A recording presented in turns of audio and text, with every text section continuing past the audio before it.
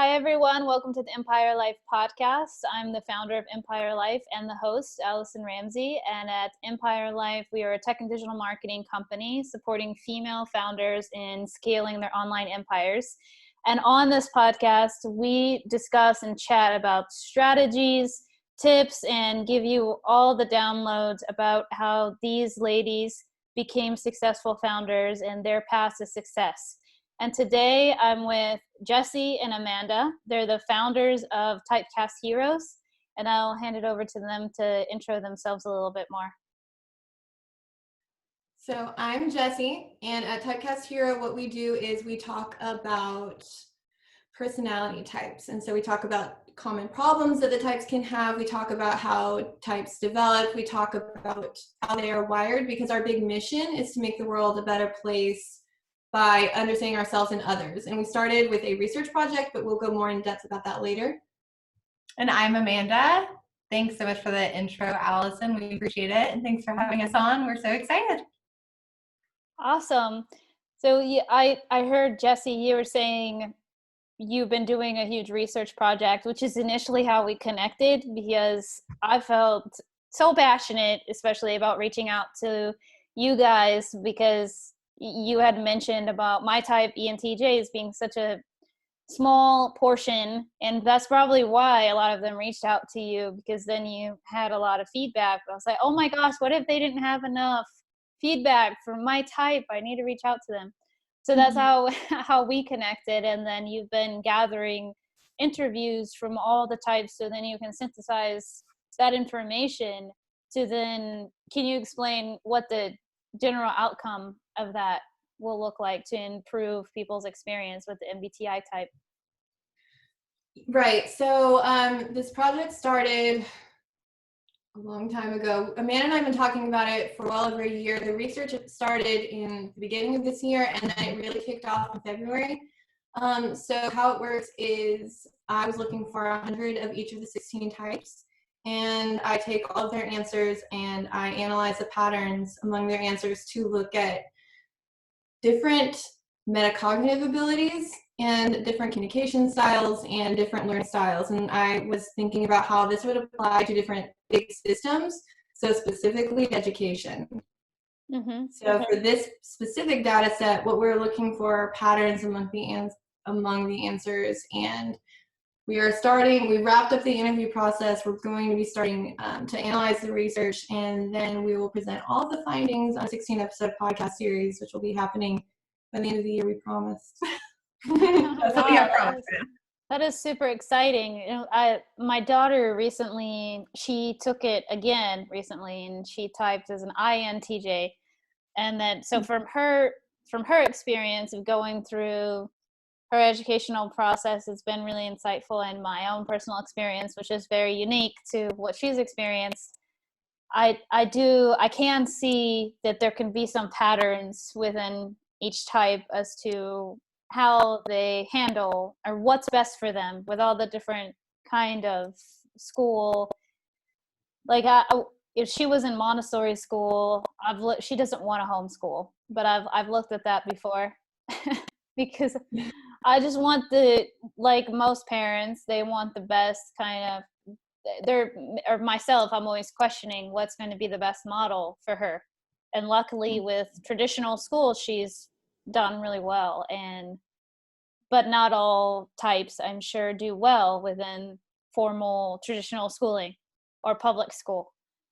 And I want to dive in too, for you guys to explain a little bit more on your personal journey, both of you, how you got really interested in MBTI type, how it's benefited you, and like your big why, what it keeps you motivated to continue to research and learn about the MBTI type. You want to go first, sister? Sure. So I actually was pretty anti-MBTI for a very long time. And the sole reason being that every test that I took, I tested actually as an ENTJ, and I just couldn't really see myself as an ENTJ, but 100% of the time, that's what I tested as. So I just didn't feel a connection to MBTI or to the personality types, and every time that I would research it, I was like, this is just not me, and I just couldn't see myself there. So I guess probably about 2 years ago now, Jessie started looking into MBTI, and I'll let her talk about her own reasons for that. And she kind of tried to get me on board, and I was like, no, I don't like that. And then that was when her research she dove in a little bit more to learn that it's not just these 4 random letters that you get from an online test, it's actual cognitive functions and the way that you make decisions and take in information from the world around you. And once we started diving into that, it was easy to see how the online tests were pretty flawed. And it just kind of took off from there. Our interest in the why and the how and the people and everything kind of took off. So from there, I was able to accurately type myself as an ENFP. And once I found that connection within myself, I was sold on MBTI. I just had to really feel it for myself, which makes sense. If you understand the cognitive functions, I have to feel it within myself. And then as far as my why goes, it's really interesting because Jessie and I are actually the opposite of each other. So we are technically called each other's shadows in MBTI land. And so her reason for why is so good, but it's almost the opposite of mine. So I am very much into personal growth and self-love and just really becoming the best you that you can be, because I think that you can make the world a better place. If everyone wanted to be their best self, the world would be a better place. It's just how it would happen. And I just think that's so important. And so at the end of the day, I love MBTI to understand others and to really have clear communication between myself and others, but I do use it a ton for personal growth. And like she said, I'm exactly the opposite. It's not that I'm not interested in my own personal growth, but it is not super important to me when it comes to this kind of thing. What I want is to understand others and to help others understand themselves, because so many problems arise from this really big breakdown in communication. And when you look at the world as a whole, like this was something that we've covered in a couple of our videos. The world is so focused towards certain types of language, so like logical language, or very big on production, like what is the outcome of this current system as it is, what is going to net us the highest profit, however that looks, right? And for me, I'm very much more interested in knowledge for knowledge's sake and understanding how the world works. So I'm already oriented so differently from what I feel like is the overarching message of the world. And I feel like instilling that knowledge in others is a way I can give back, because so many people have shared parts of their mind with me, information with me, and this is like my gift back to the world, to share it. And what is your type again? I am an INFJ. INFJ, and that's to clarify for the audience listening, the ENFP is the mirror or the opposite of an INFJ. So it's not necessarily that they have to be exact opposite on the cognitive stack, right? So they're in socionics. This is how socionics and MBTI, like, they go together when you're looking at Carl Jung psychology. And there are 2 different ways of organizing the cognitive functions. So we're often called shadows. We're often called extinguishing functions or extinguishers, because my main stack is the same as hers. We both have intuition, feeling, thinking, sensing, but the attitude is opposite. So like for me, I lead with introverted intuition and she leads with extroverted intuition. And when you put those 2 things together, they cancel each other out almost, because it's the same function, but the attitude is different. So my energy is very much focused inward and hers is out. And you can't do both at the same time. So if we're both together trying to do that, we tend to cancel each other out. Wow, that is fascinating. Is the shadow of an ENTJ INTP? Okay, that's what I kind of remember reading that. And then I also read that that's my most compatible type. Is it usually your shadow is one of the most compatible? Or maybe that's debatable, but it's heavily debatable. It is. Okay. Amanda and I talk this a lot, because I think for personal growth purposes, it could be. Like, I think that your shadow is probably your best bet at helping you grow, if that's what you're really interested in, because that's definitely. I think you can see your weaknesses in that person almost. So like for instance, Jesse and I, we've been best friends now for over a decade. We've talked literally every single day for over 3 years now. Wow. I mean, like it's gone like beyond best friendship at this point. But it's so cool to, I mean, like, don't get me wrong, there's frustrating points, but that communication and that language that we're trying to give the world to use, so much of it comes from our personal experience, seeing each other and how we've grown with each other, because we're able to almost see our weaknesses in each other. And so we're able to really strengthen each other and help each other out with those situations. It comes up for me a lot when people ask me about it, and why should I be into the MBTI type? And usually my overarching answer is, it, just like with Enneagram, it increases your compassion towards understanding the people that you love, especially for my type. And with empathy doesn't always come naturally, so it has allowed me to become a lot more empathetic towards someone's differences or how they're thinking things through. We might both come to the same outcome, but the pathway there might be completely different, and that's okay.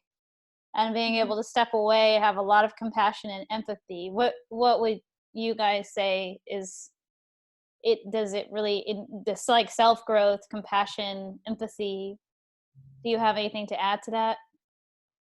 I think the other thing that I really push is how it could be applied to systems. So for me, I've worked in education a long time. I have a master's degree in it. And so I feel like the education system, particularly with teachers, the people who are majority teachers tend to be of certain types.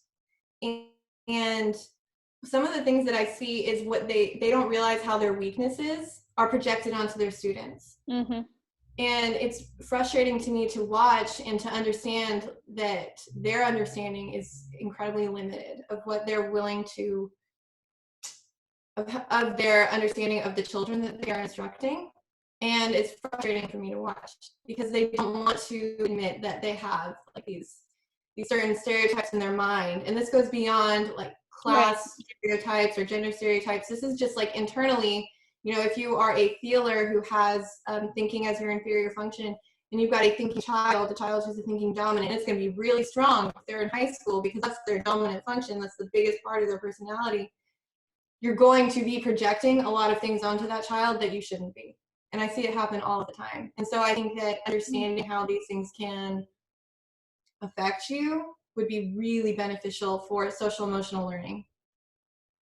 For sure. And I see that I'm a professor, so I've had a lot of experience with what you're talking about as well. And I've worked with all ages of kids at certain points in my life. And I definitely relate to what you're saying. And then being a parent, I have one child. I don't want her to assume or like just yesterday I was talking to her about empathy and how for a lot of people it's learned. And that's okay to be maneuvering through experiences and then reflecting back on it, was I really present with that person in that experience? And being aware it's okay to learn some of those, that some things come naturally to, like, I'm pretty sure she's not an F, or not a feeler, and maybe she got that from me, and I want her to learn those faster, of course, than I did, and to be okay with this is maybe the first thing that comes to my mind, but I can learn other ways of handling situations too, to have more harmony, peace, and love in my life. Right? Yeah, I love that. I have again, you'll hear this a lot, but we are almost opposite in a lot of ways. And for education for a long time, I had actually pulled my daughter. We've never done public school education. I was raised in public school and I loved it. I had a great time. I was a straight A student, did all of the band and all the things, very involved. But when it came to how I wanted to parent my children, I just didn't see the benefits in public school the way that I did in other types of schooling. So we've done private and we've done homeschool, and part of that was almost like a judgment that I was making off of public school just from what I saw, and I kept seeing it as such a limitation for my kids. And obviously Jessie and I for a long time had differing opinions of that, because for her, education has been a massive part of her life. Like before studying education, it's always been huge for her. And so then when we started really studying this and looking into it, I'm able to kind of release a lot of that judgment and say, okay, I understand why they're doing it this way. Still don't necessarily agree with it, but still understanding the why behind it. It's just so much easier to give that grace, you know? Mm-hmm. Or part of my story, I felt some resistance, and then I was constantly challenging the system, or asking the teacher, well, why do you have this rule? Have you thought about, in my own personal way, bending the rules to adapt to myself in what the class wanted? So she might bend or compromise on the rule for our class, and another class she has the same rule. And that was part of my experience, to realize I can utilize my influence with the class. Like she or he may not even feel like they have a choice to bend or be flexible on certain rules. And then learning to negotiate this in that way, that then they can expand themselves and better fit for the collective of what's going to support the class. And I did have that experience quite a few times with my teachers. Mm-hmm. I have no idea why they listened to me, and I'm like 7 or 8 years old, but I'm very happy that I learned that from a young age, that you can have that influence, or speak up, advocate for yourself. Mm-hmm. And at some point, if your advocation is not working, I'm not sure if advocation is a word, if you're advocating for yourself and it's not working, that's when I get involved for my daughter. Mm-hmm. For example, it's like, first I'm going to encourage her, this is what you can say, and then you can try this, and then this, and then the it's not going to be pretty, because then I'm going to get involved. then it might be pretty, but you know what I mean. Like, yeah. It's gonna get real. It's going to happen. Something's going to happen where we all compromise and negotiate. If I am the last person to get involved, I'm definitely going to get involved. And I want her to advocate for herself first. Yeah, it's an important life skill, and it kind of leads into that, common misunderstandings amongst types when they are using certain cognitive functions and they are interacting with each other. For instance, for thinkers, particularly extroverted thinkers, so that would be yourself as an Intj, when you lead with that function. You've obviously done so much work on understanding extroverted feeling and on being empathetic, but there are other ENTJs who may not feel that bent. And so when they are looking at the world and how it functions, they're coming from a place of, let's control this environment and make it the most efficient, effective environment that it possibly can be. And if they are interacting with, let's say, like an extroverted feeler, who they are also interested in controlling the environment, but they're coming from a completely different orientation to where they're looking at controlling the experience, the value systems, the emotional resonance of a situation, and they're coming at it from two different places, it's very clearly going to cause conflict. If they don't understand that one is not better than the other, that they're coming from two different places. Yes, I've experienced a lot of that. And learning how to maneuver through conflict and being called confrontational, manipulative. And I'm like, that feels, and then reading a lot about ENTJs, I don't know why anyone would want to be an ENTJ after you read about it. I get that. Why wouldn't you want to be an ENTJ? Well, like it's so if leading into the misunderstandings, I feel like in INFJ or INTJ, I do feel like they're very much misunderstood too. But I feel, so for example, with getting to know new people, I recently started dating. I tell them, please go read about my type. And then I hear what they read about, and I'm like, oh, I need to actually send links because that's so misinformation.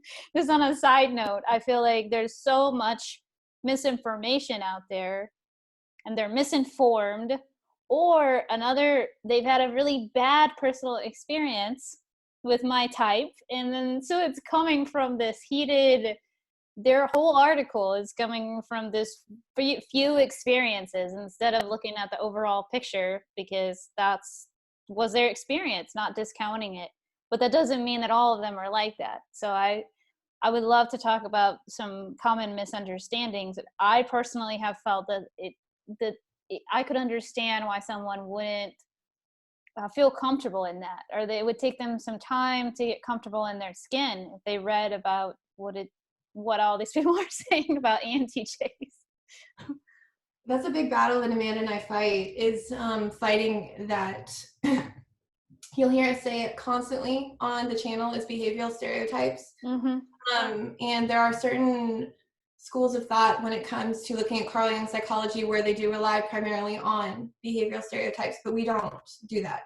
We give examples, but you will hear us, it's one of Amanda's like repeating lines, look at the motivation behind it, because we're looking at the thought process, not what we see. So when you are interacting with the person who says, all ENTJs are arrogant and cocky, right? Like that's one of the common stereotypes or misunderstandings that you can have within ENTJ.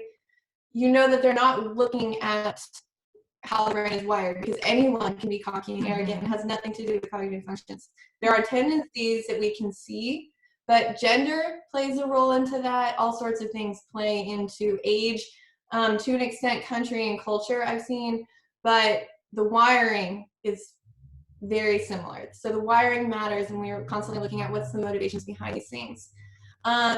One of the things that we push on our channel for stereotypes is that they're not robots, right? Yeah, all the time. Not robots, and feelers don't just wear their hearts on their sleeves and cry all the time. It's not what happens. But those are the stereotypes you'll read. You can see that there's so much just like these vague articles out there that probably anyone could relate to in some sort of way. And it really, and just like I will forever share that story of me hating MBTI because I just didn't connect with it. It was not until I got into the details and into the actual psychology behind it that I finally saw its worth, and I finally saw the accuracy behind it as well. Because reading everything online, even for my own type that I am now, I still don't connect to half of the things that are online because I'm a little weird. Like the way that I use my functions are a little weird, which can also take into effect, like my dad was an ENTJ, so I have a slightly stronger TE, extroverted thinking, than a normal ENFP probably would. Hence why I always test as an ENTJ. But so even the stereotypes that are online for me, knowing the type that I am and knowing what I know, I still don't connect to half the things that are out there on the internet, which makes it really sad then when we're coming across people and they're like, oh no, I know I'm not that type because I read this website, and we're like, that has nothing to do with your type. One of the biggest compliments I think we've ever gotten was from the Esfp video, and there was a girl, I actually walked her through the type clarification process, and so we came to the conclusion she was Esfp, and she had that reaction. She didn't feel like she could be, she didn't relate to any of it, but she loves watching the video, and she put a comment on it, I'm stretching to this video in the background just because I love the validation I get from your video. It was a huge compliment. It really was. I love that.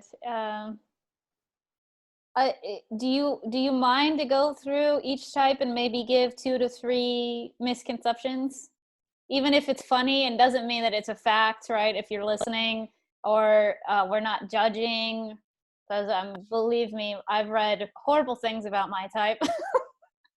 Yeah, no, this will be fun. I'm like, okay, I'm running around, but we don't. Yeah, sure. It's like for sheer entertainment purposes, and from things probably that you've heard other types say. I mean, I think that ESFPs would be very offended by how I handle things sometimes.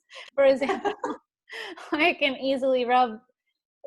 People think that trying to have a conflict with them, and I need to ease them. Like, no, I'm not. I really don't want to debate with you. Believe me, I'm just throwing ideas out there. Doesn't mean you gotta agree with me. This is not a debate.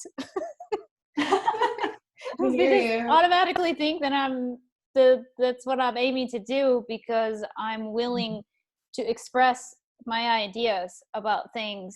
I'm also willing to hear out to their process of how they got to their ideas without taking their ideas on myself, and hold a space for them, which I do feel is a positive side of an ENTJ, that they can listen to ideas, how they got there, that person's process, their research, and they may even change their mind at the end of the conversation and say, oh, or I'm going to take that into consideration. I'm going to think that through. Whereas some other types I've seen, I have an ISTJ in my family, and she's more like, no, I have my ideas. I can hear it, but I'm not as they're not as flexible. So I just find it so interesting. So actually, I think that's a good place to start. I was literally going to say the same thing. Because this is one of my big, like, special pigeons, if you will. This is one of my special things, and Amanda as well, is fighting against the bias against censors. In the MBTI, yes. in the MBTI community, it's like my thing. So with ISTJs, actually, we hear that a lot, you know, and some of them definitely can be. My father-in-law is one. So I understand ISTJs can be seen that way for certain, but it's also robots, right? Robots. With rules, like automatons. They want to stay, and they want to be a worker drone. And in fact, they're often compared to bees or cogs in a machine. I hate it, right? So there are some. That's true. It's not the big picture. Yeah. Yes. And while that is true, what's important about ISTJs is that they lead with introverted sensing, right? So it depends on what is in their experiences. So for instance, if they have had a experience where they are oriented more towards the picture, if they are looking at outcomes, if they've been exposed to lots of things, they can be incredibly open-minded, probably more open-minded than some of the introverted intuitives that I know. It just depends on what is in their SIs. So ISTJs, there's a really beautiful young lady who's an ISTJ who I've interacted with. I walked her through type clarification. She lives in India, and she lived in India, and she now lives in the US. But she has a very, like, you can see where she likes tradition, you can see where she likes the rules, and she likes her routine, but there's part of her routine is a little bit of a free spirit. And so she has a little bit of this, like, tendency to want to go out and try new things, and almost it's like a contained butterfly. That's how I always picture her in my mind. Oh, I love it. Yes, so they don't have to be. So MBTI community is really mean to them, and yes. I don't quite get it. But we had that comment on our Reddit page at one point too about introverted sensing and how it is so traditional and everything. And a girl commented saying that she is an SI Dom, but that she travels for a living. Like, she just loves to travel the world.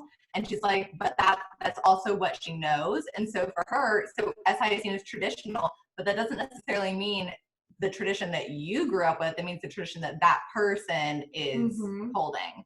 So often I feel like SI gets judged based on our perception of what our tradition was. And we're like, you're so close-minded, or you're so whatever. That's those projections that Jessie was talking about. When really it's all about that person's personal experience. So SI for every single person is going to look slightly different, or sometimes very different. Right. And so that girl in particular was an ISFJ. So that's another stereotype that ISFJs have to deal with, is that they are stuck in their routine. But also something else, I think Amanda came across once that said that they were a punching bag. Yeah. Or a mat, like doormat. I've heard that. It's horrendous. That horrifies me. ISFJ men are very attracted to me, and I've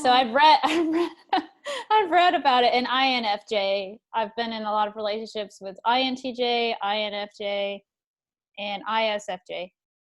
And Mm-hmm. I've read that, and I did notice that I could tend to dominate the conversation, and I need to pause a little bit more because they're not going to interject and tell me what they really think sometimes, especially with ISFJ. And then later I'm wondering after the conversation, I don't necessarily realize it in the moment. Sometimes I'm so into what I'm saying, passionate and intense about it. They're listening and holding the space, but sometimes I don't ask back. I just waiting for them to tell me, but then they don't. And then later I realize, oh, wait, they didn't tell me how they felt about that at all. Am I really getting to know them, or are they just getting to know me? Yeah. That's the beauty behind the language. Again, again, something we say literally all the time is just, and obviously you have, just like Jesse said, have done a ton of personal growth and study in this area, but so many people out there would be like, oh, that person's uninterested in me. And they just immediately take that in almost as like an insult versus trying to meet that person where that person is at. And realize that maybe I wasn't being the best listener and they were being a great listener, and I can be a better listener, hold more space for them, ask more questions, because that doesn't come naturally to them to interject in as intensely as I am interjecting. And that's okay. Like, they don't need to, or they're matching that in a different way, not in the exact same way. And I wanted to also say I'm in an Intj female group now, and there's like, I don't remember how many people are there in Facebook. It's been such a game changer for me in the last few months, because we are wired in extremely similar ways. It's crazy. I'm like seeing a mirror of myself, and that's really refreshing, because sometimes I felt like an island on my own, and that I'm the only person who thinks like this, especially as a woman. And one woman commented to someone else in the group, stay away from all censors. Just don't ever talk to them about romantic relationships. Stay away from them. And I like that you brought that up, that it's not always like that, but it is a common misconception, misunderstanding, that intuitives wouldn't get along with censors. We're actually obsessed with extroverted sensing. We are so, and it's my 8th function. Like it's like my demon function. It's the very, very, very last one. And I'm still completely obsessed with extroverted sensing. I think it is just the coolest function. So no, I call total BS on anyone trying to say that sensing and intuition are, one's better than the other or anything like that. It's completely false. Right, so maybe we can talk about extroverted sensing. So extroverted sensing dominance, like ESFP or ESTPs, they get a lot of the stereotypes I see on the internet about them are that they're adrenaline junkies, that they're superficial, and that they can't go in depth. Well, our buddy Justin, who is also a person who does Mbti, he goes deep all day long. All day long. All day. I mean, to the point where sometimes I'm like, I have to step away from this conversation for a second, because I just need to like breathe, take it in, and then I can come back to it. But no, he is so intelligent, so quick, and can go so deep. He also does like adrenaline and does like people and does like to party. So it's like, it doesn't have to be one or the other. Yeah. So one of the things I say about extroverted sensing, because if you look on a lot of the websites, they will say that they're kind of like superficial and like bubbly, and they just want to have fun. I worked really closely with an ESFP as well. So I have personal experience with them in addition to the research that I've done. But what I like to say is they can get deep with you. They can have those deep conversations, but they don't have to live there. They can come back up for air. Like they can, so the predominant, like they can come back up to reality. Like they don't get stuck with these ideas that linger for days. It's like they can do it. They can get in depth. They're really smart. They can follow you. But then they're like, okay, we're done with this now. We're going to step back and we can go on with our day. And that's amazing to me, because I get stuck in places. As most intuitives do, because we're so conceptual and so in our heads and in a very abstract. And like Essie is all about the reality and taking in what is, and that's almost foreign to us and to most intuitives. So it's a wonderful thing, and it's such a beautiful gift that like I truly can't wrap my mind around like how they see the world. I really can't, like, because I just will never experience it that way, and that to me is the coolest thing in the world. That is really cool. It is amazing. And they're a small part of the population as well. So I think together, the extroverted sensing dominance, like ESFP, ESTP, together they make up less than 7. Wow. So, and they don't have a big presence in the MBTI community. If you go looking for them, you're not going to find them. Because they're out doing stuff. It's really hard to find them. But the thing is too that a lot of them end up feeling like nobody's ever going to get them. And I've had some people on the internet, when I say things like that, they push back and they're like, I don't care if I'm understood. Well, okay, everybody cares about it at some point in time in their life, sure. right? Like you may not currently care, but eventually you could. And to me, that's one of the biggest sadnesses with the MBTI community is that there's not a huge place for those populations that are also small. Like ISTJ, ISFJ, ISFP, ISTP all together make up like half the world. So for them, even if they don't have that, if they don't necessarily have a huge presence, I feel like they're a little bit more oriented to be okay. But for the ESFPs and the ESTPs are already small. And then the MBTI community is not exactly welcoming or kind to them. And that's a huge disservice. There was an ESFP that I talked to who's literally a professor at Harvard. And he talked about how, you know, a lot of people who meet him say that he can't possibly be a sensor because he's a professor at Harvard. And how he's had to overcome that in his life. We want to go to ESFP next. Over emotional? Are they really emotional? I'm some of the misunderstandings.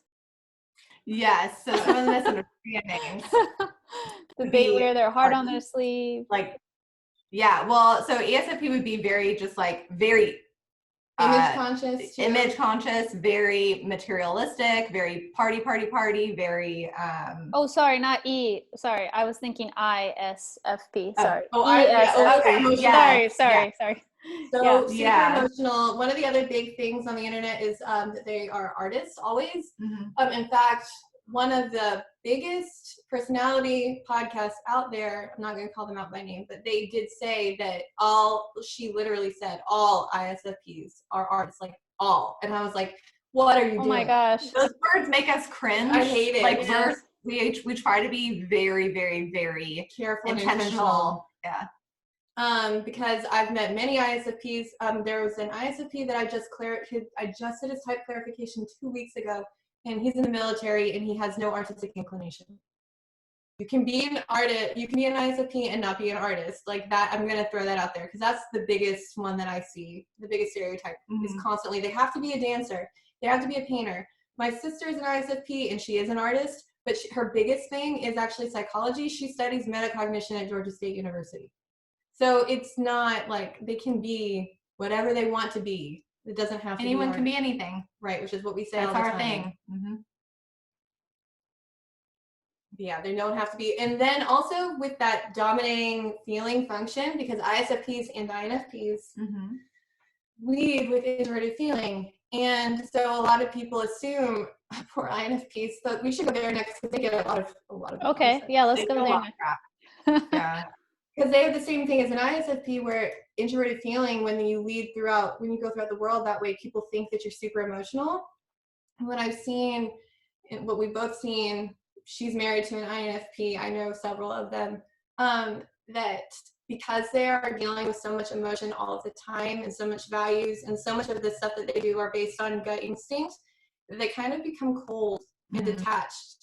Because they deal with it all the time. It's like if you're going hard all of the time, you kind of develop this sort of numbness to it a little bit. Yeah, like persona. And a lot of the INFPs I've known, if you just meet them, you would probably think they were a thinker. That's fascinating. And it's interesting because again, the functions being extroverted versus introverted, even introverted feeling, yes, it's a feeling function. However, that doesn't necessarily mean that they're always showing that feeling, because that's, I think also probably something we should throw out there is that feeling within like cognitive functions does not actually mean emotion. It's the stuff that makes emotion. Yeah, it's your values. It's stuff that you can't logic your way through. And so a lot of people just like that, it's very easy to group all feelers together and be like emotional crowd, criers, like whatever. 100% not true. And again, because they deal with it so often, they tend to be a little bit more adept, and they look for it in strange ways. So like my sister, music is a thing, that's the way that she connects to emotions, but most of the time she spends working very analytically as an ISFP. One of my INFP friends, I said this in our INFP video, that he's really into movies. So he watches the movies that are going to be like the most emotionally impactful. Like he wants that emotional hit because he deals with these things all of the time. And it's almost like that emotion has to be so intense for him to really like feel it, right? Mm-hmm. Because he is feeling. That's really fascinating. Because I've had that conversation before with a previous relationship that was INFJ, and he liked to watch really intense movies emotionally, and I'm thinking I already have enough drama in my life. Like I don't want any more drama.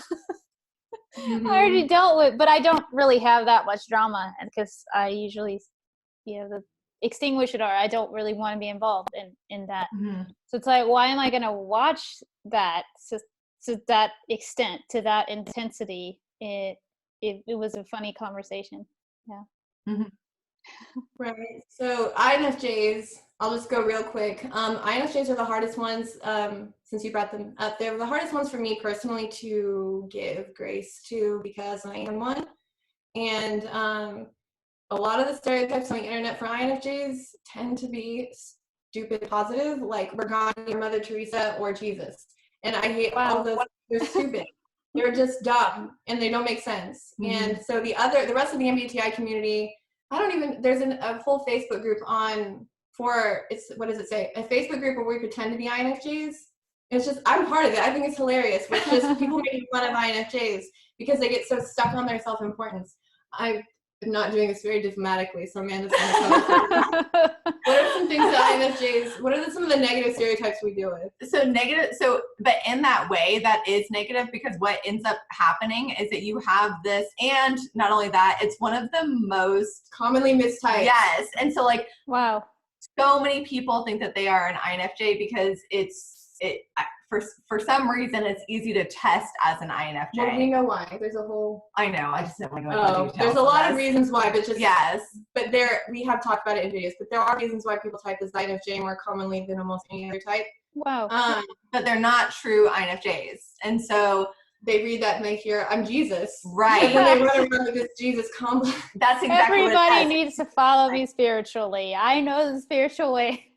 Yes, or they feel like they have like this magical sense about them and they just know things out of nowhere, when really it's just advanced pattern recognition with your introverted intuition. That's literally what introverted intuition is and what it does.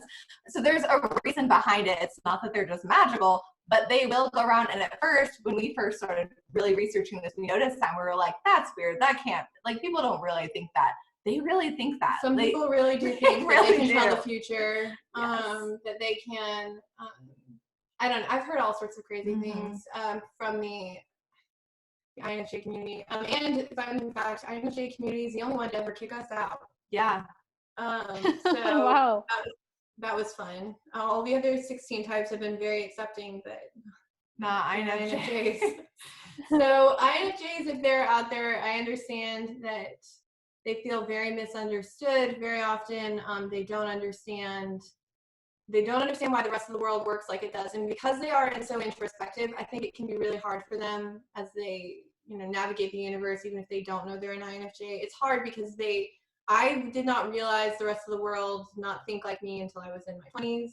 And it was really hard for me because I grew up not knowing any introverted intuitive dominant at all. And so when you don't understand that you have a natural bent towards like looking for the why and looking for meaning in things that there probably isn't any sometimes, looking for meaning when there isn't any, overanalyzing a lot, you can feel like there's something really wrong with you. And all types feel like there's something wrong with them, but I do know that like for the true INFJs out there, they feel really, really, really broken. And that has been, so I understand where they're coming from from that aspect, but I don't buy into the whole, like, if you look on like some of the big personality sites, like, literally they give you a list of people who are your type, and INFJs, it's like it's Martin Luther King, Mother Teresa, and Jesus, and I'm like, so I understand needing validation, but I don't understand like the whole like glorification of one type, because you've got that like Jesus, and then you look at ISTJs and they're like worker bee, like what is this? It's just not acceptable, unacceptable. I hate it. Yeah. Anyway. So that's INFJs. Do you want to do ENFPs real quick? Sure. I'm much kinder to my type. So ENFPs, I would say some of the biggest stereotype is that we are just bubbly and on all the time, like all about just walking into the room and like having all eyes on you, very personable, all those things. And a lot of times so I would say most ENFPs, and you're probably gonna have to help me out just as I helped you out, but I'd say most ENFPs feel like there's this part of them that will just never get seen because of the expectations that society has put on them as that. So, so like even if you don't know you're an ENFP, right? Because the ENFPs are kind of bigger population, they're 8% or something like that. Even if people don't, they have this like beautiful, bubbly, happy persona that they carry, and after a while, and men too, not just singular. I've a lot of ENFP men and ENFP men that I met are kind of like this also, where they've got like this, I'm the life of the party, like I'm the happy one all of the time. And after so long of, and it's because I think their functions are just naturally oriented towards optimism to an extent. They are, and like I mean, we really are. It's like first of all we typically have a very good understanding of ourselves because we also have introverted feeling as our second function. So that's our introspection. That's really knowing what we value and what we want to work towards. And then your other two biggest functions are going to be extroverted intuition, which is naturally going to just kind of be fun and kind of quirky a little bit. And then you've got your third function, which is extroverted thinking, which is still searching for that positivity. It's always looking on the bright side, trying to. Well, it can be. It can be, yeah. If in the combination of all those things, especially when N, E, and T work together, it's like they're looking for a good outcome, and they don't really like to take no for an answer because they are so used to seeing possibilities that others can't. Yeah, it kind of feels like nothing is impossible. Yeah, like it really feels almost to the point that nothing is impossible. So obviously it's a little bit easier to look on the bright side if you feel like nothing is really impossible. But we also have our bad days, we have our dark days, we have like, and so what it can tend to feel like internally is almost like we have this darker persona that's inside of us that we can't ever let out because we have all these expectations on us to show up as the light and the brightest one in the room, and that's exhausting. I bet, yeah. I could see that. It's like you're almost putting a lid on your true self all the time, and just keep that down, stuff it down. Yeah, that's exactly what it feels like. And then you have FI as that second function, and it's all about being authentic to yourself. And so you have this almost like a constant internal fight, push-pull fight, where it's like, I need to be myself, my real self, but this expectation is here. And it's not that this expectation is not the real me, but this one's kind of more me. And so you're just having that fight all the time. And it's important, I'm just going to like interject real quick. Carl Jung psychology, we talk about there are 3 versions of yourself. So like there's the persona, your ego, and then yourself, your true self. So like in all what we do is all about what it has become. Project did not start this way. It has gotten to this place where we feel really inclined to share more about how to integrate all of your parts of yourself and to accept all of the parts of yourself. So every person has a persona, and it's not necessarily bad, but it does come to a place where the persona becomes exhausting. Yeah. And that's where we get the stereotypes from. So for ENFPs, because they are so oriented towards possibility, I think that persona becomes a burden. And other types have different other burdens with their persona. I mean, it's hard to be Jesus, right? What a Mother Teresa. You can try that on. I just think it's obnoxious. I just think it's absolutely absurd. That's true. Anyways, okay, so ENFJ. I was actually going to go ENTP because that's of extroverted intuition. Okay. So ENTP also is another type where they are seen as like they've always got the answers. They're looking for possibilities all of the time. But on the internet, the stereotypes that I see are usually that they are heartless. Yes. Like So argumentative, debative. Contentious. I've heard that. The keyboard warrior. Keyboard warrior, yeah. Yeah. That's a stereotype for sure. And They have to be right. I've things that I've heard. No, those are, I've definitely heard them too. And the ENTP group was not hostile per se. They were not, all the experiences I had with the group were overwhelmingly positive. Like I'm not making fun of anybody, except, so certain groups, there was a tendency towards certain things, but for the most part, people were overwhelmingly kind. I've interacted with over 4,000 people probably at this point in time.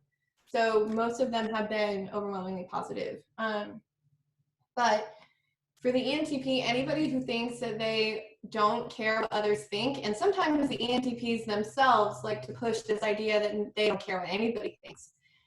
They have an extroverted feeling third function.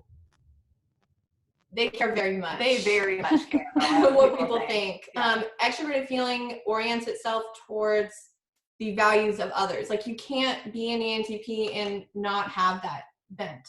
Like then you're not one. Because motivation is important, right? And so extroverted feeling is energy focused outward on the values of the people around you, and it's their third function. So unless they're doing some hardcore suppression, they're not like really these heartless, argumentative drones. And I've had ENTPs be very close friends with me who have proven that they have a huge heart. So that's one of my big things with ENTPs is that people think that they just don't care, and they very much do. So yeah, that was a big thing with them. And then INTPs also have that similar thing, that they're heartless, that they're goofballs, that they're like little quirky weirdos, awkward, don't know how to do romance. That none of those things are true. So many INTPs were the first group that I ever worked with. Well, no, ENTPs were the first group I ever worked with, but I didn't get the same reception as the INTP group because I had all 100 within 24 hours. That's the only group I've ever had like that. Which one is that again? INTP. INTP. I had all 100. Yeah. Now I've gotten well over like hundreds of INTPs at this point in time. But, wow, that's great because I have heard that they're very underrepresented. In the world, yes. Online, no. No, they are. That was really surprising. It was cool as we like went through this because it was kind of funny to see that like so many expectations were just kind of like shot through this project, which was great because again, it's buying into the stereotypes and we didn't know any different until this project came about. But you would totally expect that an ENTP would come out before an INTP would, and that's just not what happened. But INTPs, they like to explore just as much as an ENTP does, but they want to do it through almost like a safety net. So like having that barrier of the internet with me for an INTP, I've known INTPs. There was a couple particularly who I've known in real life who've been very close to. My brother is an INTP. Oh, nice. Yeah, but they will do these things, but it's almost like they need a safe space for it. So the computer screen created a safe space. And so their presence on the internet is very well established. And I've talked to INTPs of all ages. I think the oldest one was 75, the youngest one was 16, and all over the world. And they, again, like that idea that they don't care what people think. They've also got extra feeling inferior. And yes, they do. Yes, they do. They care very much what people think. And they're really self-conscious about it. And so sometimes that can come across as, I don't care what anybody thinks. I'm right and you're wrong and everybody else is stupid because of X, Y, and Z. But it's a defense mechanism. It's and just it's putting a projection. A wall up. Yeah. Yes, and it's a projection. And if you know types like we do, and you know Carl Jung psychology, where projection is a natural human tendency, then you can almost predict how they are going to. You can almost predict the stereotypes that they're going to create themselves, trying to hide some of these inferiorities that they have. I agree that they may seem awkward in the situation because they're trying to hide what they're unsure about their social skills. As I think I'm coming from software and I have a feeling that there's a lot of INTPs in software and I love them. I get very compatible with my type and them and I always get along super well with them and I have so much respect for INTPs and INTJs. I have seen that we need to go beyond the surface and get to know them at a deeper level before we write off, oh, they're awkward, or they're this, or they're XYZ. It's not fair. It's not fair at all. And awkward is relative, right? Of course. Yeah, I mean, I've even been called awkward, and I'm okay with that. I mean, everybody is awkward in their own way. Absolutely. I don't think Amanda is awkward, but I know that I'm very awkward. I feel like I am the most awkward. I just say that, but she's lying. I just own it. She's lying. She's not awkward. She doesn't know awkward. I'm so awkward. I am very awkward. I do not think she is, but that's okay, because like when we go out together, she can just like take the lead, and then I don't have to. I can just be like the quiet one. So like it helps. Like it's helped us out when we go out and do things. Like it does. And then I always know to like bring up a conversation that I know that she would want to talk about, instead of just like the weather that everyone else wants to talk about. So then I know that she'll be included, and then it's like this whole group, and then so that's awesome. But which one are we gonna do next? Let's do INTJ, since you mentioned it. So INTJ, again, similar to the other like ISTJ, I get a lot of robot stuff. And I get a lot that they can't be romantic. Okay, so they have introverted feeling as their third function. They can be super romantic, I think. And there's some of them on the internet who I interact with who are very concerned, particularly as they get older, with finding, like, these are people in their 40s, like 30s, like late 30s, 40s. They really, really, really want to tap into that introverted feeling third function. And they want to find what makes sense to them. They want to find their place in religion. They want to find their place with love for the first time, maybe ever. They really want to tap into it. And, you know, I think if you can get a person who is controlling of the situation, but also has like this like inner introverted feeling third function, it can be really. INTJs and ENTJs are my like love. Like, she's not married to either one. I'm not married to either one of them. But I love watching them, and I love when they have found a balance within themselves. I just kind of love seeing it happen. Like, it's just so fascinating to me. And I also just love extroverted thinking in general, so that's probably why. But so it's like, my thing is like, get you an INTJ who can do both.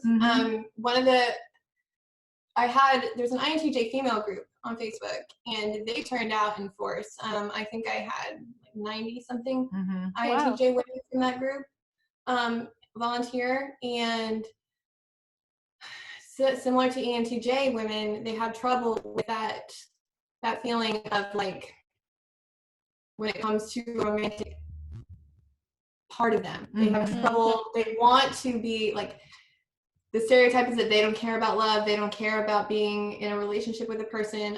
But a lot of them really do. They just don't know what society has deemed normal for women. They don't relate to that role. And so when they're in a relationship, I think they tend to feel a little bit like they can't measure up to society's expectations of what they should be in a relationship, which is nonsense. Like, that society's does not determine all things. So it's okay if a woman in a relationship, if she's an INTJ and she's in a relationship with an INFP, and he's the one who kind of like helps keep all of the romance alive, I think that's perfectly fine. That's literally my life. That's literally, so again, I'm an ENFP, but I've got that strong TE, and I had to marry somebody. I mean, I'm not stuck with him. I love him, but I knew that I had to be with a man who would be the more romantic one, and who could take the lead in that area, and we could kind of reverse those gender roles a little bit, and that he would be okay with that. I'm sure, Allison, you probably feel it's for sure. Yeah. Like extreme really for me. Yeah.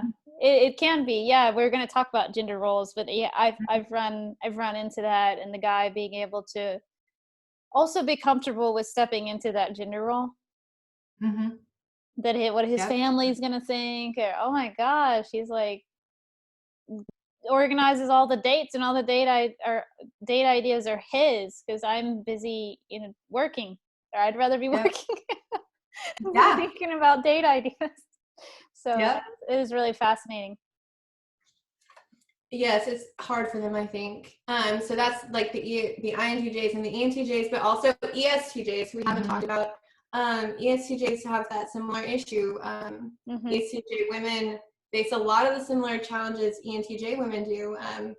And something else I think the stereotype that we haven't talked about, but with those ENTJ and ESTJ, that pressure to be in charge of things, and to be doing like big things, because even though ESTJs, the stereotype is for them still that they're managing, that they're in charge of things, that they're running banks or they're running, companies, and that's been really interesting to try to overcome, because ESTJs can be moms. Like they can be like they can be running their household and like killing it at running their household. Oh yeah. They don't have to be doing, but there's these stereotypes that they have to be, running corporations, and that's something else that we reject. Because ESTJs, again, it depends on what's in their experience, just like an ISTJ. And so if their experience is that they want to be in charge of their household, or if they want to write books, or if they want to paint, then that can be what they do. And that doesn't make them any less of an ESTJ than the one that's running like a bank. That's true. And I've heard ESTJs, they get a really bad rap for making sure that they're more vocal about the rules and procedures and going around and at workplaces or trying to make, which I don't always think is true, but like Dwight on The Office, they type him as ESTJ. I thought about that sometimes. I was like, oh my gosh, that's so not the full picture. Even if they are like that. He's very romantic. Yep. If you watch The Office, Dwight is super romantic, right? Like, super into Angela. Oh, so cute. That's true. I love them as a couple. So much. They're so cute. Perfect. But yeah, that's ESTJs. The ISTJ. We did that one. Okay. What about ESFJ? ESFJ and EFJ. I think those are the last two. And then ISTP. ISTP. Okay, let's do ISTP first. Okay, so for ISTPs, I have some like major respect for ISTPs. They're one of my favorites. I say this about all types. I called out about it so many times, but I look at types for different reasons for what I personally enjoy getting out of a conversation with them. And everybody does this. Everybody who interacts with anyone has got specific things that they resonate with. But ISTPs, they lead with introverted thinking, which is my child function, which is like where I like to play with that function. And then they also have extroverted sensing as their parents. So that's my inferior. And I love talking to them because it's like everything I am not, right? Like they have these things that I am not necessarily always good at. And but they're still in her ego, so it's still something that she likes using, comes natural to her to a certain extent. They're just like way better at it. Way better. So ISTPs I like because they are so based in reality. They do not get lost in, because so often, and Amanda can attest to this, I will spend like a year thinking about a concept and playing with this idea, and she's like, oh my God, girl, get over this. Like ISTPs, they have like this ability to play with an idea, but they do know when to let it go. They know when it's time. And so ISTPs get this reputation of being very stoic. Like Ron Swanson on Parks and Rec is an ISTP. And so they've said that they buck out, they buck the system, they just want to be by themselves. They're kind of odd, a little bit of like weirdos type of thing sometimes. But in my experience, they're not like that. They look very different. They're a huge population, 10%, so they can look different from person to person. And the ISTP women group has a lot of the same problems all the other thinker women we've talked about have, where they feel misunderstood because they are leading with a logical process, where they feel like they struggle with relationships because introverted feeling is their lowest function, it's their 8th one, where they are going throughout a world that's not made for them. And there's a lot of them, but they still feel like the world's not made for them because of those gender stereotypes pushed on them. And so just like all of the other thinker types, they can be very like, they can have deep emotions, they can have deep conversations, but I think with them, reality really does keep them in check, and that's a huge gift. I really personally, I like it a lot. What was that? I love extroverted sensing. I really do. I just thinking about reality just makes me happy. She just gave me a look. I was like, what's happening? ENFJs and ESFJs and ENFJs. Okay. Yeah. So for both of these types, their reputations are they like drama. And they're very pushy towards people. Yeah, they push things done their way. They live for the drama. Even the men live for drama apparently. That's ENFJ, right? Yeah. ENFJ and ESFJ. Yeah, both of them like to live for the drama. And then both of them may not be necessarily so good at, this is one of the other stereotypes, is they're not good at office jobs, which I think is odd because most of the ENFJs and ESFJs that I know have higher level corporate positions. Yep. Because they're really good at managing people. Yes, they're good at people. So to me that seems almost like common sense, you would assume that they would be in those roles, but when you look on the internet, ESFJ, it tells you they're cheerleaders. And then ENFJs, it's got them as, they're called the protagonists. Yeah. So it's always counseling or HR or something like that, but it's never like a CEO. You really only see that with thinking types. So which just isn't accurate, because a thinker might be able to structure everything around them, but totally miss the mark on their people. But an ENFJ or an ESFJ could come in and just feel the room, and understand their people in a completely different way. Yeah, I can see that being really beneficial. It is, and the ESFJ in our lives, I talk about him all the time, but we both know him very well. We grew up with him. He's had several high-level corporate positions, but then he can also throw amazing parties on the weekend because he's so concerned with creating good experiences for people. I mean, he graduated from Georgia Tech, so you don't very smart. Yes, super intelligent, hard worker, not a thinker type, and he's a guy. So it's just the stereotypes just don't hold up when any of the 16 types. I think that there are reasons that they exist. But I think people who are relying too heavily on them are just really looking in the wrong places. Yeah. I completely agree. And you said ENTJ was arrogant and what else? Cocky. Okay. Arrogant, cocky, probably bossy, pushy. Maybe pushy, bossy, manipulative.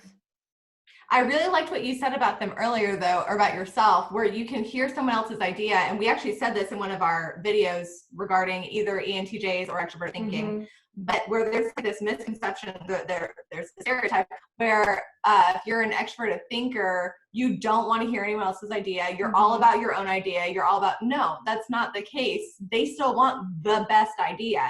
And that might not be their idea, but they're completely open to hearing the best idea, because at the end of the day, efficiency wins over their own idea. And so I love that you said that earlier. I wanted to point that out, because that is a huge stereotype, I think, that they're just closed-minded and will do whatever they want to do, regardless of anyone else, my way or the highway type of thing. And that's just not the case. And I will say a caveat to that. I thank you for saying that. I received that. And a caveat is, it may seem to the other person that they're debating, or I've had people reflect to me and tell me, I felt like I was in a conflict with you to express my ideas to you. I didn't realize that I was coming across that way. I wasn't aiming to position, because I get so intense about delivering my message. They almost feel like I'm trying to convince them when I'm not really. That's just how I feel. And and I don't feel like they have to agree with me. And I actually really appreciate when people tell me their ideas and research and process of how they got there. Yeah. And if you're looking at it from a cognitive function standpoint, I've had this discussion with an ENTJ that Amanda and I both have worked with. If an ENTJ loses extroverted thinking and they're primarily concerned with, getting things accomplished, right, and getting these thoughts out there, I think that a natural progression for anybody on a self-growth journey is to decide at some point that it is more efficient to be understanding, to listen to others. So it's not that they suddenly switch and they've shifted into a different function. It's just that their extroverted thinking process has evolved to incorporate, you have to be understanding. You have to listen to others. You have to have empathy, because that's the way to get things done. So even from a motivation standpoint, I think that logic, that it just follows that way. That is the natural progression. That makes a lot of sense, and it's like you reading my past. Because so many experiences when we also had our surveys, like there has been a lot of experiences. The other person mirrored that to me. I will have saved a lot of time if I had handled the situation. I'm talking about like as a teenager. Mhm. I didn't owe it. Well, I used to think if I really tell this person how I feel, they're going to be in tears, just to reiterate how I express myself sometimes as a teenager or as a child. And then the mirror back, why is this person crying? Why are their feelings hurt? Just telling them how I think and feel about this.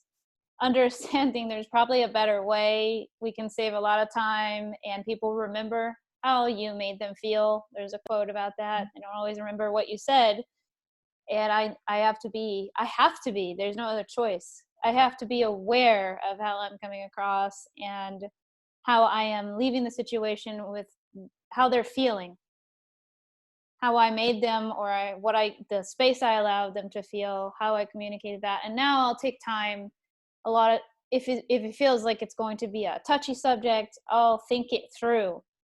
And with regards to their MBTI type, with regards to how they will receive the information, there's always multiple ways to say something to somebody. It may take time to think it through, but it's worth it. The evolution.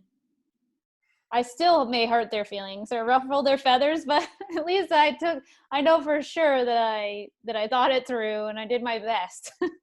Put my best foot forward to communicate it in a way that they can receive it and efficiently go fast through the process, hopefully, and move from that point with a mutual understanding.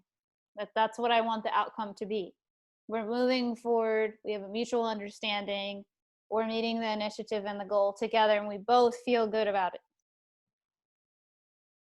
Yeah, I think that also really plays into the whole, like, where you can use MBTI. You use it in education, you can use it in management, you can use it in literally anything that you're doing, because part of the point is saying, I'm going to manage you this way because you're going to perceive what I'm saying this way. I'm going to talk to you this way. I'm going to teach you this way. We're going to work together this way. And with this person over here being a completely different type and having a totally different communication style and a different way to perceive what I'm saying, like, I need to manage you slightly different and you slightly different. And same thing with education, having a full class of 30 plus students and teaching them all the same way all the time and expecting that all of them are going to get it at the same time, and then never switching that up is part of the problem. Yeah, that's true. It is nonsensical. I see where you're coming from. And before, as we're wrapping up, I would like to touch on the gender roles and how, well, I can share out some of my personal experience, because I always see everywhere on the internet that ENTJs are men. Even when I read articles, the pronoun is usually he. He does this, he feels like this.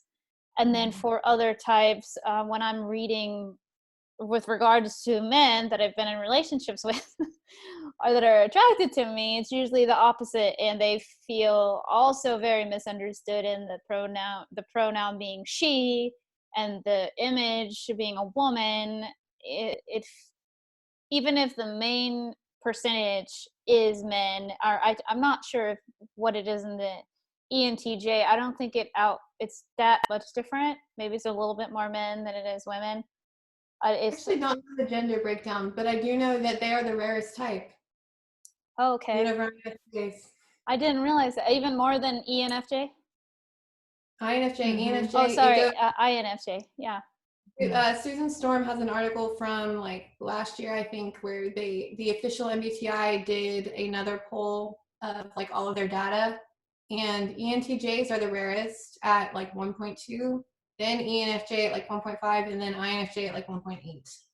So their NI dominants are very uncommon. Wow. And that's probably why there's a lot of misinformation out there. And so you know, for a lot of my life, I felt, even within my own family, I felt really misunderstood because I was left, or I'll give you an example. Like my brother, I felt was more catered to with it emotionally, even than me sometimes.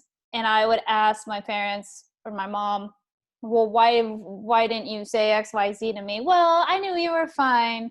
You're always fine. You're the strong one.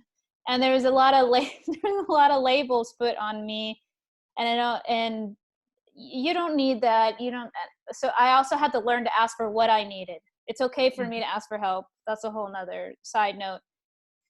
It's almost as if he was treated in a more feminine way and I was treated in a more masculine way, even though we're man and woman. Mm-hmm. So I find it super interesting.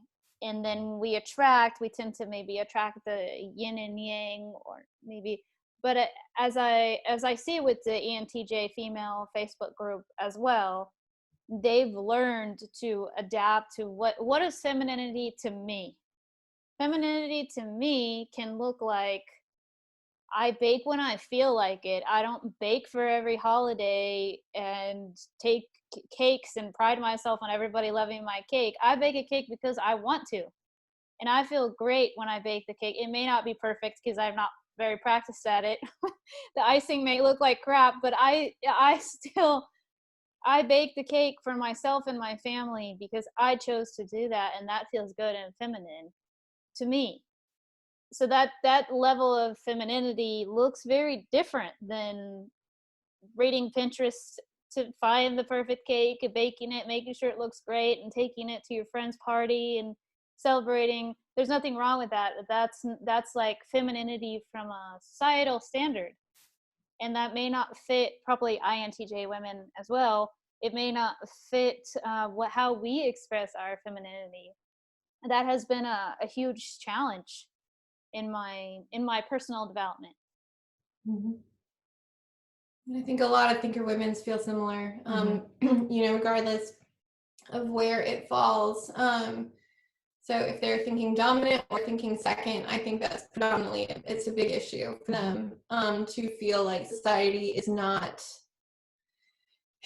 made for them. I've said this before, and I will continue to say it, that everyone feels like society is not made for them. I've just come to that conclusion. I don't know that anybody's like, yes, this is my thing 100% of the time, but I do know that thinking women have a unique, there's a problem for them in society. And something that's important also is that for the bridge types, so like Amanda and I are both bridge types, which means that we have, everybody's a bridge type, but for the judging bridge types, which means you have feeling and thinking as your second and third function, you can use them more equally. And because society pushes on women that we are supposed to be like more emotional, we may feel inclined to pull one way and to ignore the thinking part of us because of that. But for Amanda and I, we both leaned really heavily into our thinking sides. Well, we also grew up with fathers who lead with our child functions, which are our thinking functions. So like my dad is an ENTJ, so I grew up according to his standards, and he was the biggest influence in my life of any other person. And so I constantly feel like I do not connect on a feminine level with emotions or baking or anything like that. Like, and I don't have any desire to really lean into it either. But it's all, even though I'm not a thinker, it's just because of that function that I'm using and how strong it is. And same thing with your dad. Yeah, my dad is an ESTP, so he has introverted thinking as a second, but it's his parent function. So he was parenting me, and that was my child function. So like as we grew up, it was a lot of butting heads, but I felt I needed to be a certain way because of my life situation, and I was very heavily into this thinking process. Okay. So, but I have seen, like, for a lot of women, again, they feel this need to be emotional, to be the extroverted feeling dominance, to be the one throwing massive Christmas parties, to be the one throwing birthday parties for their children, and that is their sole focus. And for a lot of women, I mean, there are a lot of thinking women, and then there are a lot of thinking women who have the judging bridge. Like ISFJs have a judging bridge. They don't have to be leading into their extroverted feeling all the time.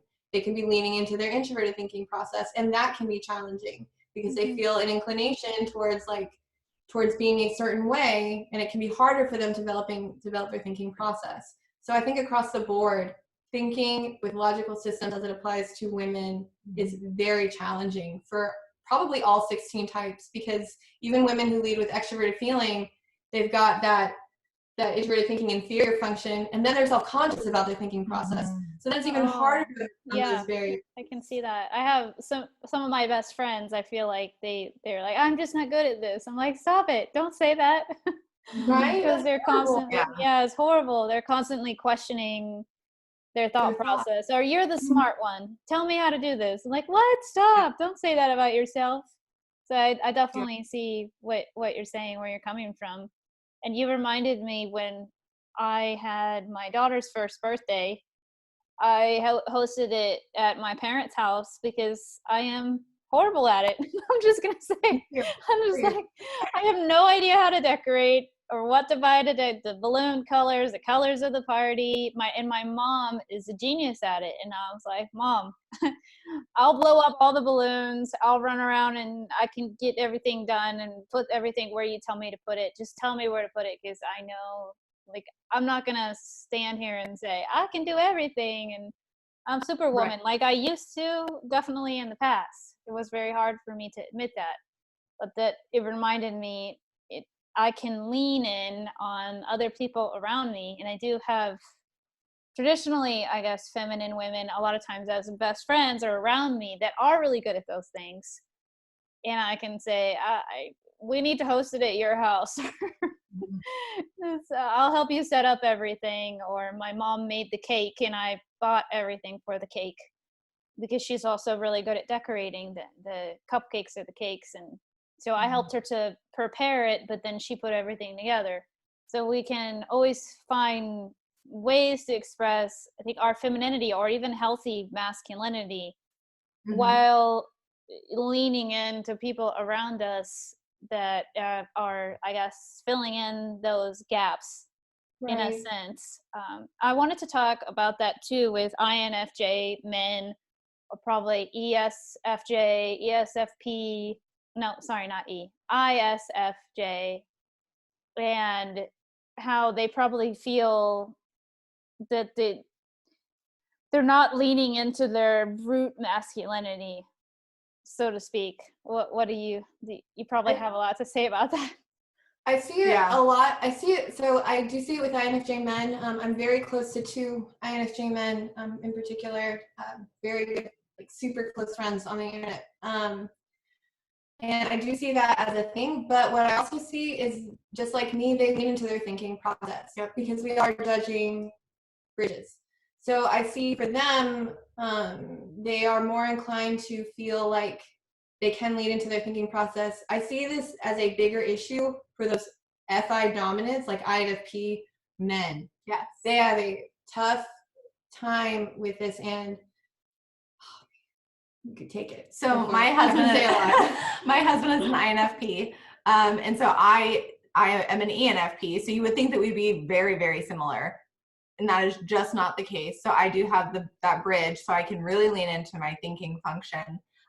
Whereas his thinking function is extroverted thinking, but it's his 4th one, his inferior one. He is very much well aware of the fact that he is not great at creating a structure or being efficient or just doing like the common sense thing. And that to him, for such a long time, he was the type of guy that was just completely fine with his woman being the more masculine one. I don't like the way that's phrased, but you know what I mean, like being assertive, gender roles. Like so assertive, you mean? Or, yes, yeah, and and we've known each other since we were 13, and so so he was very well aware when he married me what he was getting into. But so about 2 years ago, we switched roles, and he is now a stay-at-home dad, and I am a manager. And even for him, even for someone, and Jessica can attest to this, he is very much open to the fact that like a woman doesn't have to be in the kitchen or throwing parties or anything. He's very much okay with that. But even still 2 years into this and being the stay-at-home dad, he has so much, he's very self-conscious in certain ways. If we go out and we are at a party or something and he's talking to the group of men, all of them are like, what do you do? What do you do? What do you do? And he's like, well, I'm a stay-at-home dad. And they're just like, I mean, there's just almost like a massive disconnect for him. So even though he's not self-conscious about like the fact that he isn't providing, because he sees what he is providing for our family, it may not be financially, but in all the other ways. But still, when he walks out into society, it's almost like a hard stop for him to remind him that he's not doing what he was supposed to do. And INFP men in general too, some of the stereotypes that I see and have seen, and I suppose this could also go for INFJ men, but even beyond just, you know, marital roles, but just like society, what a view of masculinity is as a man who takes charge. INFPs can take charge. They can take charge of situations. They have extroverted thinking as their core function. They know how to, when it's a situation that they feel like they can. They can be really into sports. This is something else that I see that's really controversial with MBTI. It's like they'll say that anyone can't be into sports or can't like take on those like the traditional American view of what's like, it can't be hunters or something like that. Because, and especially since extroverted sensing is their seventh function, they really shouldn't be able to do this. I know INFPs who are good at sports, INFP men in particular. So they can be good at, they can do the things that men are supposed to do. It's just, they may not, it's not their natural, it may not be their natural gifts to an extent. But I think given like the space and giving the freedom and giving the support that they need, they can be the ones who take charge in a situation. They can be very like, athletic. They can be very interested in men things, fixing things, doing the things that they're supposed to do. Cognitive functions are meant to limit us. Nope. One thing I do want to say about feeler men is that if you have any feeler men listening to this by chance, is that women want you. Like women want a man who can understand where they're coming from and what they're feeling. And so it is nothing to feel. And same thing with thinker women. There are some men out there who want a strong, opinionated woman. So this, again, should not limit you in any way. It should almost be a breath of fresh air, like a release to say, I am who I am, and this is who I was created to be. And this is how I'm wired, and there's someone out there who's going to love every bit of it. Right. Get you a person who can do both, because everyone can do both. Everybody can be the one who's dominant and controlling and maybe like a little bit like bossy, like who knows like how to do things, right? Who knows how to be the masculine person, but they can also be the one who's gentle and listens and all of those good things. Like get you some, like find people can do both, like they're not limited. And so when you learn to do both, I think it's a beautiful thing. That's true. I agree. Is there anything else you want to add before we wrap up? Really just that thing. So if you didn't learn anything from if people listening didn't learn anything, there's two things. First off, MBTI is not meant to limit you. It's to help you understand. So if you are somebody who's, I'm not going to listen to MBTI because I don't want to be limited, you're doing it wrong. And then the second thing is just that everybody can feel misunderstood. Everybody can feel put in a box. Everybody can feel like society is putting things on them that they do not want. The key, so like there is no exception to that. And so I think sometimes that people tend to start to hate themselves for that because they feel like society, like they feel like they just can't fit in society and they want to be someone else. They look at somebody else and like they can fit. So I would rather be like them because they fit. But like I'm here to tell you, nobody feels like they fit 100% all of the time. So wanting to be somebody else is not the way to solve that. I think people need to learn to love themselves and understand themselves. They're all bringing their own unique gifts, and I've had that conversation with my daughter a lot. Well, and I also felt like that sometimes. Oh, they seem like they have it easier, and then I would get to know them, and I would realize they have everyone. As you get to know them, and behind closed doors, they all have their personal struggles or darkness things that they're overcoming, maneuvering through, learning about themselves. It may look different than yours, but at the end of the day, it's good to be grateful for the gifts that we bring and who we are, and be our own best friend, our own cheerleader, because it's not going to change our life or make our life better to want to be someone else, or even to think that they have it better than us, because if we really break it down or we got to know them, we would understand that they have their own traumas and darkness, like I said. Yep, I completely agree. And one of our little taglines is being human is hard, And this makes it a little bit easier. Yes, I love it. And the best way for everyone to find you guys is on Typecast Heroes on Facebook. Are you on Instagram as well? We are. We're on Facebook, Instagram, Reddit, and Discord. YouTube. And then we have our YouTube channel, which has a video. We have our project videos on there. So if anyone wants to do the interview process or type clarification process, contact us on any of those places. And then we also have a video for each function, for each cognitive function. And we also have a video for each type. We have a playlist for each type, because what we've done is we've gone through all of the cognitive functions that the person has. So like for you as an ENTJ, and then we have a video for each of the cognitive functions in your position. So like extroverted thinking as your first, and what kind of benefits and things to watch out for. And then introverted intuition as your second. So good things and the things to watch out for, the projections, the complexes that can create. And so we do that for all of it. It's still in the process of being released. I think we've got like another 2 months before it's all finished. Yeah. But perfect. I can't wait. Plenty of videos out there already. Lots to watch. You can be just for a long time. Nice. So thank you guys so much. And I want to do a quick screenshot after we finish recording too. Okay. Yeah. Thanks so much for having us, Allison. We appreciate it.